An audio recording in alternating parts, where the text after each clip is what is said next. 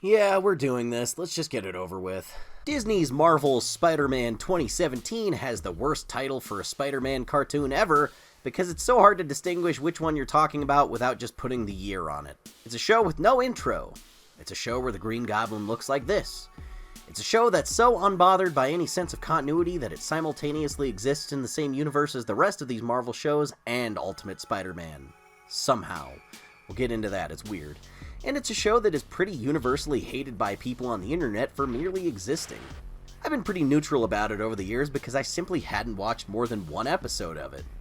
I saw it, was unimpressed, and then didn't check back on it for like 6 years. But since I've reviewed every other Spidey cartoon, I feel obligated to finally talk about it because I hate to leave the job 90% finished and then quit.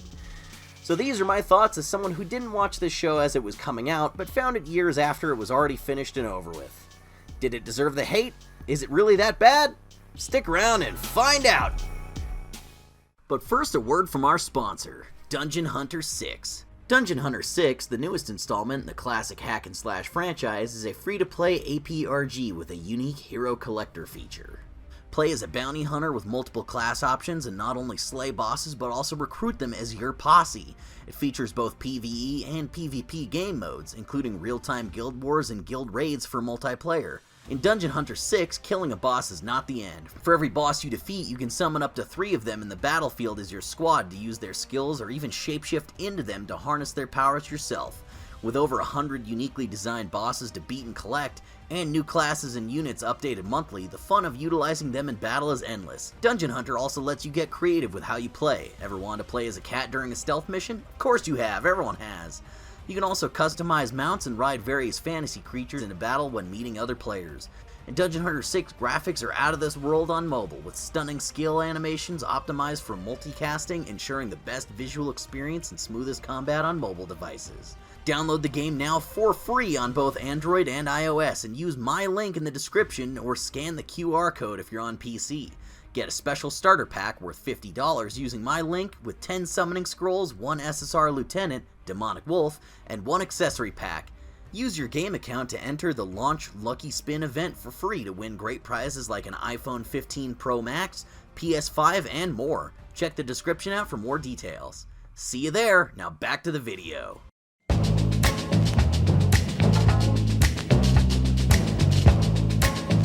After Ultimate Spider-Man broke 100 episodes and started to slow down because of waning interest and possibly a DUI from the lead actor, Disney quickly shoved this show into production to air within a year of Ultimate's cancellation. At first, the marketing material and concept art made it really seem like this would be a cool new look for Spidey. It had that MCU influence, which was understandable with Homecoming releasing that same year, but it also had such vibrant colors and such a cool look. Then the show came out and looked nothing like that. Instead of using the Ultimate comics as inspiration for some of its character designs and stories, this series looked to the recent, at the time, mainline comics to include new additions to Spidey lore like Max Modell, a school that was based on Horizon Labs, an arc based on Spider Island and Superior Spider-Man, and the addition of Miles Morales to give him an amazing friend, rather than a team of mean-spirited assholes that he liked for no reason. It didn't quite have the same limitations as Ultimate did, with what it could and couldn't do.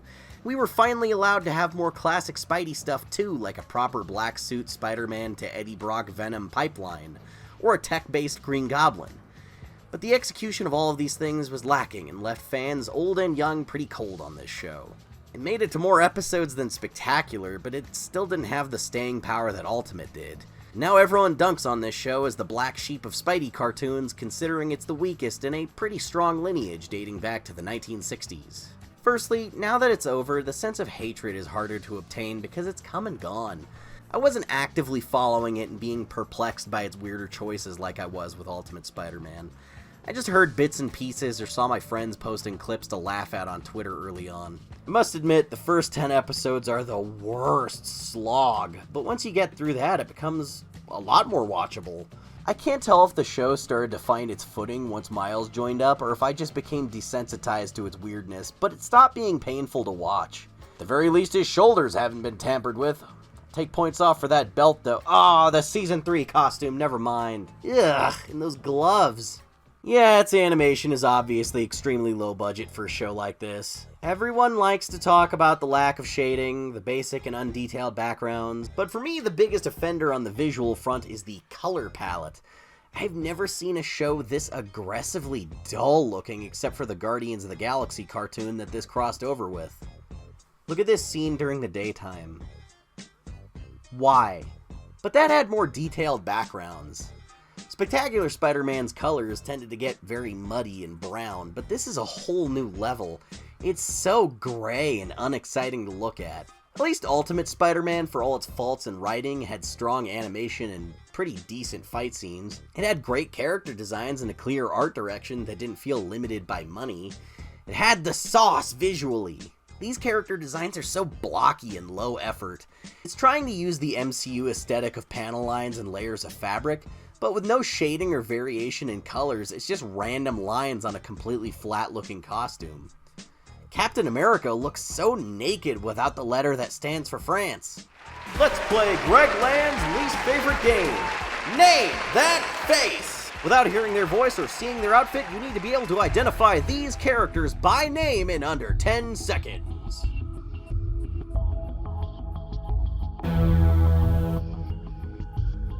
And one for the ladies.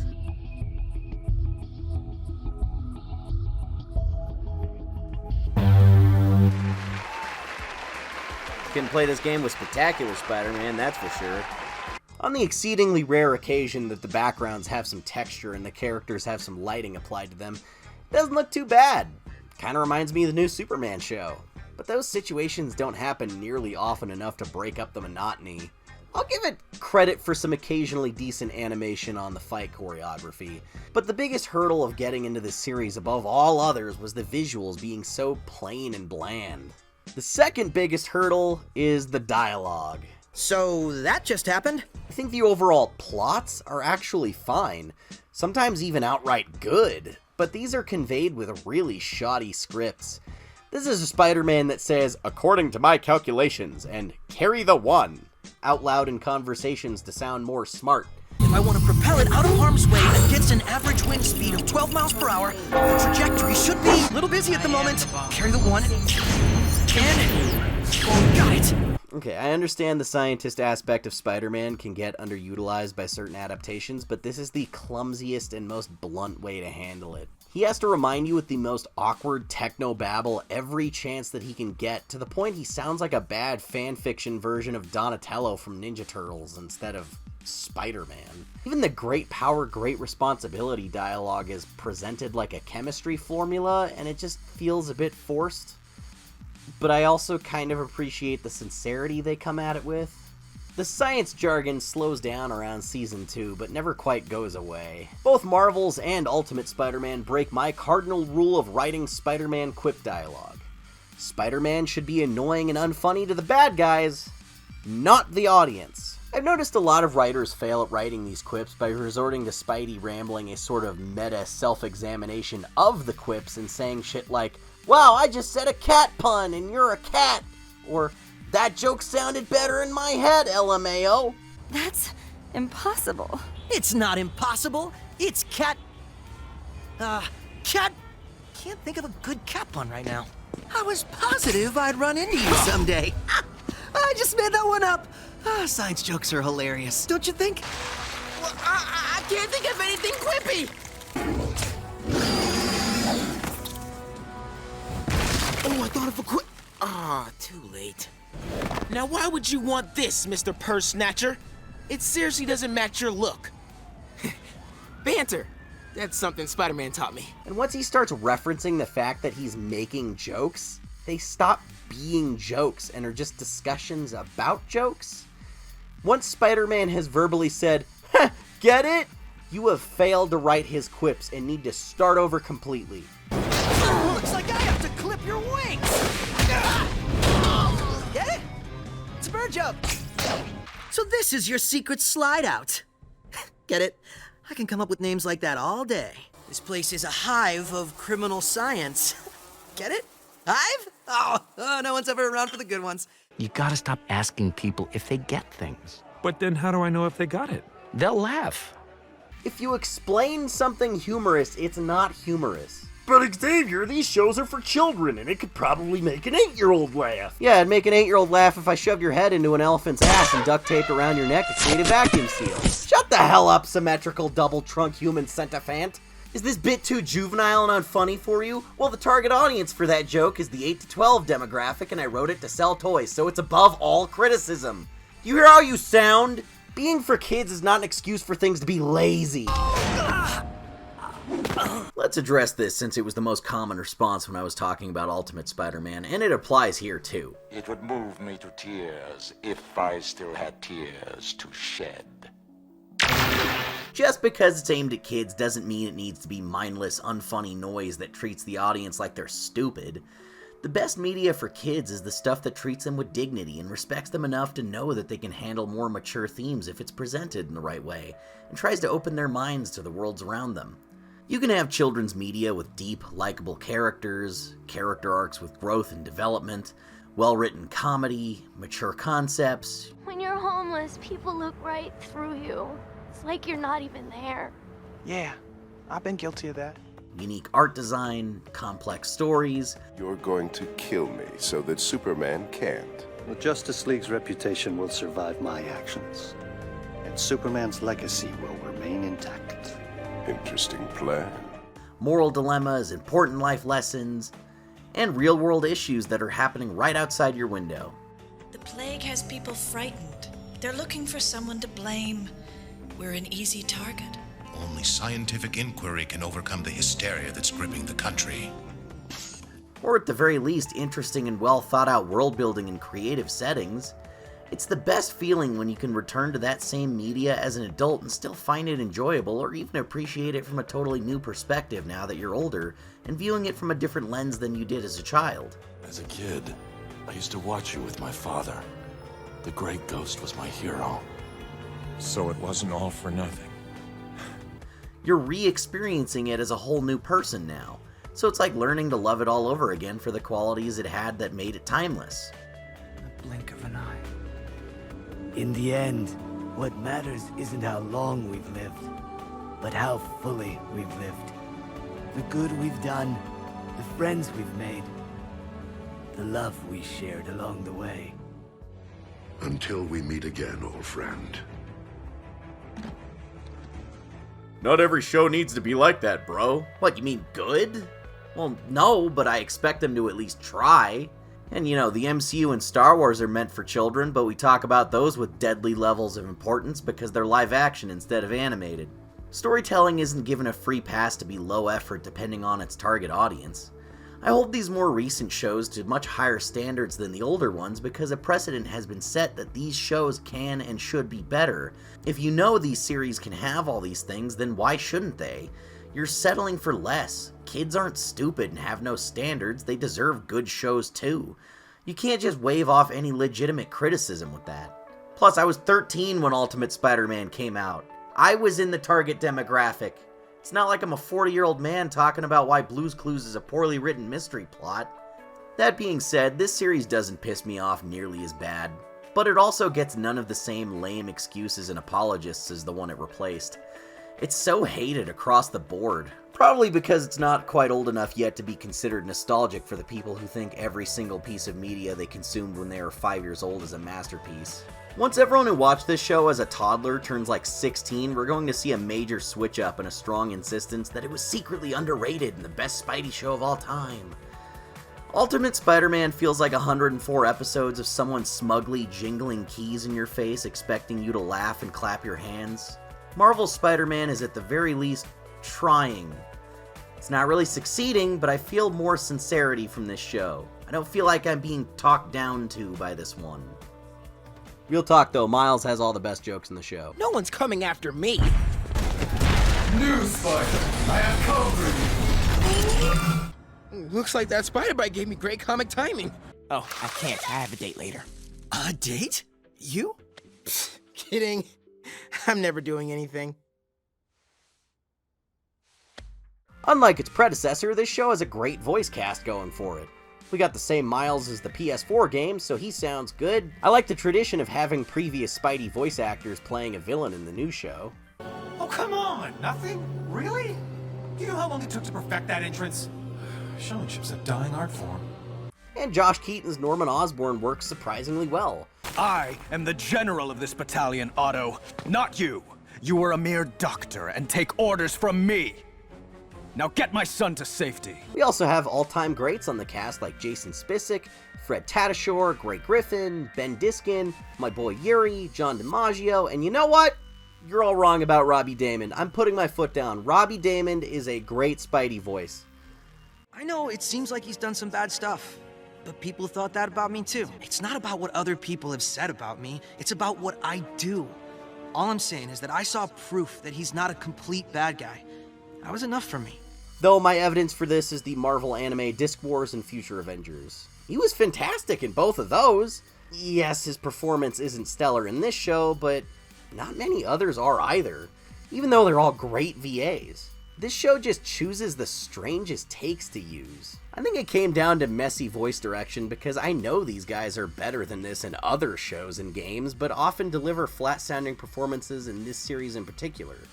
If Jim Cummings isn't blowing you away, then it has to be the direction. Even still, this is a really strong cast for these characters, so I'd never say the voice acting was a big drawback on this show, even if they do sound a little weird at times. The Jackal is Professor Raymond Warren? They changed Jackal's first name in this because this is the first thing he and Miles Morales have been in at the same time. Props for this being the only Spidey cartoon to use Slide, that's appreciated. Alright, I've heard it before, but it was a massive shock to just see how weird and unsatisfying the choices for the villains were. Yes, a considerable percentage of Spider-Man villains are mad scientists, like almost all of them, but they're not also the same age as him.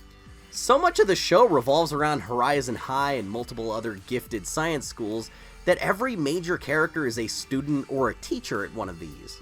And this has a really unfortunate effect of making Peter feel spectacularly unspecial in his own show. While you're at it, crush the wristband of Herman's gauntlet! That's where he houses the power source! Thanks, fellas! Every character is a wunderkind. I took the revised designs you emailed me, realigned the coils, and look! Every 15-year-old is a scientific genius. I've been working on a retinal identification app. And not in unique ways where they all have specific fields of science they excel in. I want you to meet the neurocortex's new home. I call it the living brain. May I interest you in a tasty beverage? Everyone seems exactly as smart as everyone else in any given scenario. I've isolated the mutation in your bloodstream. So Rhino, Miles Morales, Gwen Stacy, and Corazon are all students at Horizon High. The Venom symbiote is being studied for a student project at the school. Sandman has a teenage scientist daughter that copied his powers. Together with his money and my knowledge of science, we found a way to charge my particles so that I could live. I'll be a better sand person! Electro is a teenage scientist that built a super suit. The sweet, sweet bounty cash I'm gonna get from turning you in is gonna fund the completion of this awesome electro suit I invented. Hobie's teenage brother, a young scientist, built his Prowler gear. It's my brother, the one who designs all my tech. At least we got Hobie as Prowler one last time before no adaptation ever does that again. Maybe in Spider-Verse 3 he'll become the new Prowler and give up on being Spider-Man as a wink and nod thing. I don't know, I don't think so. Dr. Connors works at Horizon. Doc Ock is a 19-year-old teacher at Horizon High. Jackal, Spencer Smythe, and Vulture are teachers at Norman Osborn's rival science school where Harry Osborn attends after getting kicked out of Horizon. Harry builds all of the Goblin tech himself. Steel Spider and John Jameson are students at the Osborn Academy. These science schools are so central in all the plots that Horizon decides to make Spider-Man their official mascot because he's basically always on the campus stopping some run-amok experiment or another. He's not so much New York superhero in this show as he is just Horizon High superhero. There's enough spare gear down here. I think I could rig up some gamma detectors. Help me find components. I've recreated the cure using the synthesized blood and what was left of my serum. Now we can mass produce it without any fear of side effects. The mainframe is working to isolate any foreign enzymes in Alexi's blood. I'll check the DNA sequencing. Send me those figures. This genetic strain will require its own anti-diffuser. Check out this security robot I made. Yo, something isn't right. Ooh, looks like I get to show off my new scrambler. It can cut the power to anything mechanical. And so every character in the sidecast can whip up a chemical formula or a special machine in no time at all to help Spidey beat the villains. In fact, a lot of the time they end up just doing that stuff for him while he's floundering around helplessly and can't beat the villain on his own. Spider-Man, hang on! Whoa, love that piece of tech! Thanks. Stand back, Spider-Man. We used parts of the carnival games to create a coagulation gun. Peter is constantly being in your face about how much he loves science, yet is somehow the least useful scientist in the show. But that creates a problem where, when every character has the same expertise, the same level of intelligence, and the same career desires, a lot of them feel like pretty much the same character. Nothing really distinguishes Miles from Gwen, or either of them from Peter or Anya. I guess Anya is just more angry? And this is only worsened when all three of them get the same powers as Peter. So Peter isn't special for being a science genius, and he's definitely not special for being a spidery superhero guy. Wait! Miles, where are you? Miles! Miles? Yes, No! Spider-Man. He's sedated. Stop shouting his name, you dumb asshole! Tumahimeka putanginamo! 10 episodes in, and Miles becomes the second Spider-Man.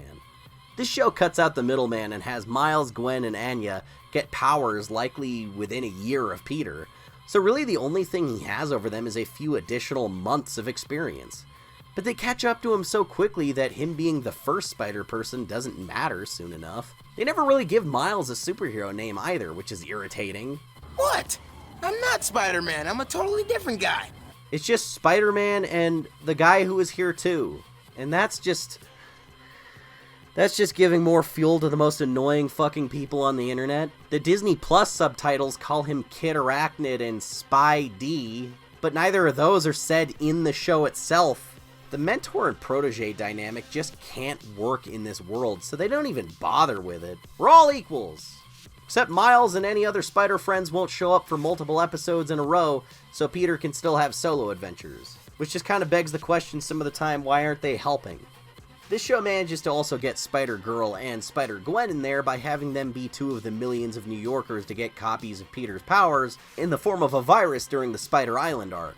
Gwen runs around without a mask, and Spider-Gwen is just a name she gets from fans after being seen rolling with Spidey on the news. I'm not so sure why she became so noteworthy, considering a few hours after that, everyone else got the same powers, but they were trying to work in Spider-Gwen as a reasonable in-universe name. I feel like this character will never have the same upward momentum as Miles simply because they can't come up with a satisfying name for her. She's always going to be associated with a completely different character that's been famously dead for half a century. They still eventually steal Ghost Spider's name for her though, which seems frivolous since she was just wearing the same costume and puts on a mask now. Like, people know it's you, you can't walk it back. I don't know, I don't think the writers even really thought about it or cared about it. I really wish it could just be Peter and Miles. Anya as the third one, at the most, would be okay, but 4 Spider people is really pushing it. At the very least, it's not as intrusive as the Spider Team in Ultimate. They don't overstay their welcome by being in every single episode. After the initial awkward meandering of the first 10 episodes, the show starts to find its groove with storylines. It's got a bit of that traditional bad guy of the week stuff in there, but it's also got really lengthy, serialized stories adapting recent comic arcs from Dan Slott's run on the character. Spider Island arc is kind of fun. I don't know, I liked it. I like seeing New Yorkers paying tribute to Spidey and helping him out, and it was a fun excuse to get some no-costume brawls for Peter since he could just pretend to be infected like everyone else. It was always cool seeing him in the Ultimate comics getting caught up in a fight at a time where he couldn't put his costume on, so you just see this tiny 15-year-old using his Herculean strength to smash giant monsters half to death, and this is the only animated series to throw a bit of that in there. At the very least, this show has a marginally better Venom than the Ultimate Spider-Man show did, and does a legitimate attempt at Eddie's rivalry with Peter at the Bugle.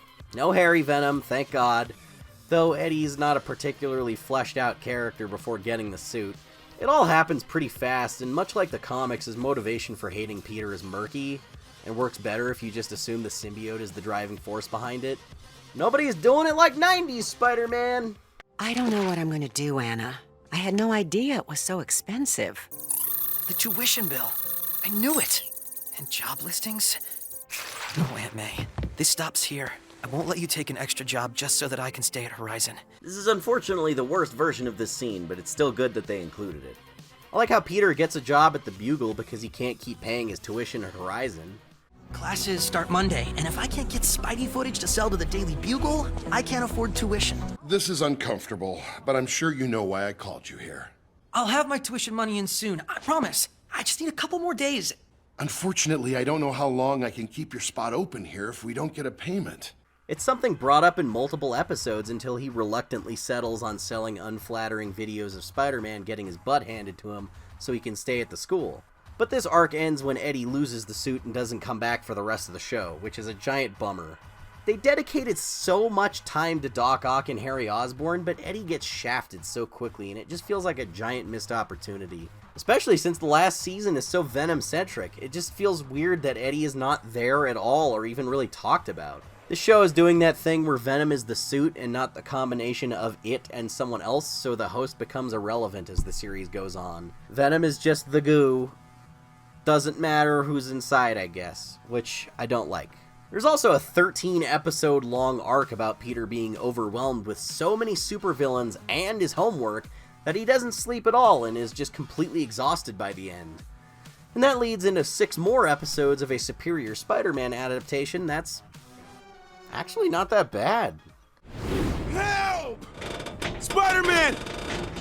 Help! Just passed him by? No way he did that! Unlike the comic, it didn't overstay its welcome and it didn't last too long, and it didn't rely on all of Peter's closest friends being totally oblivious idiots. The whole arc is about Miles knowing it's not Peter right away and trying to restore the original Spidey's mind. He's the one who gets the Avengers to run tests on Otto and just won't let it go. He's basically the one that gets Peter in position to return to his body. Though it still gives Otto that moment of self-sacrifice realizing he's not Spider-Man. I wish the comics had Miles and Peter this tight. They only talk to each other like once a year in passing, which sucks. I might actually like this version of Superior better than the book just because of the way Brooklyn Spidey is utilized as such a key figure. That's fun and cool. I like when he's important. Then we get the rather disappointing Goblin War arc with no Goblin. Not the correct one. The weirdest part of this show is that Norman Osborn never officially becomes Green Goblin. Harry becomes Hobgoblin and serves as a recurring ally for Spidey.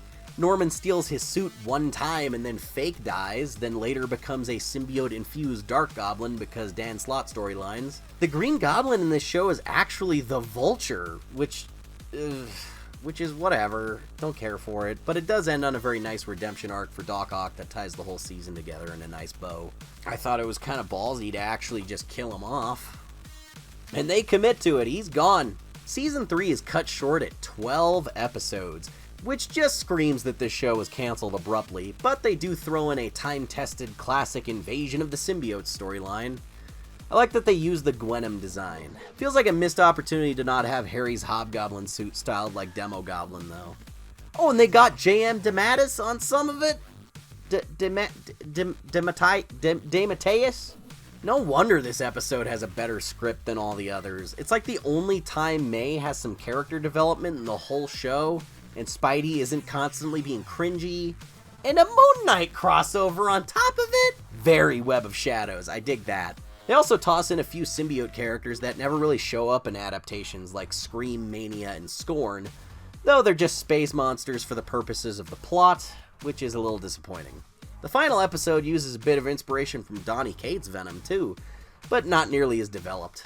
This show has a real problem of throwing characters in there for the sake of just saying they had them, but not developing them at all or having them actually act like themselves. Just, hey, we got Mania, kind of. Not Andy Benton, just like the idea of Mania. She's like Sonic, but a symbiote, because, you know, her fucking head can only exist in a 2D drawing and it would look weird in 3D. There's a better overall attempt here at actual Peter Parker personal life-centric storylines than Ultimate. He can't pay for school and he has money problems, his personal relationships are suffering as a result of superhero stuff, you know, that good stuff. But both shows are burdened by the recent problem with Spidey media. They don't know how to write a cast of characters without giving them all superpowers to keep them relevant. I think if they could get away with it, Marvel would give Aunt May superpowers and throw her in a costume so they don't need to write things like, oh, she's dealing with the health issues that one faces in the twilight years of their life and the financial difficulties resulting from such, or, oh, she's depressed because her husband died in a home invasion.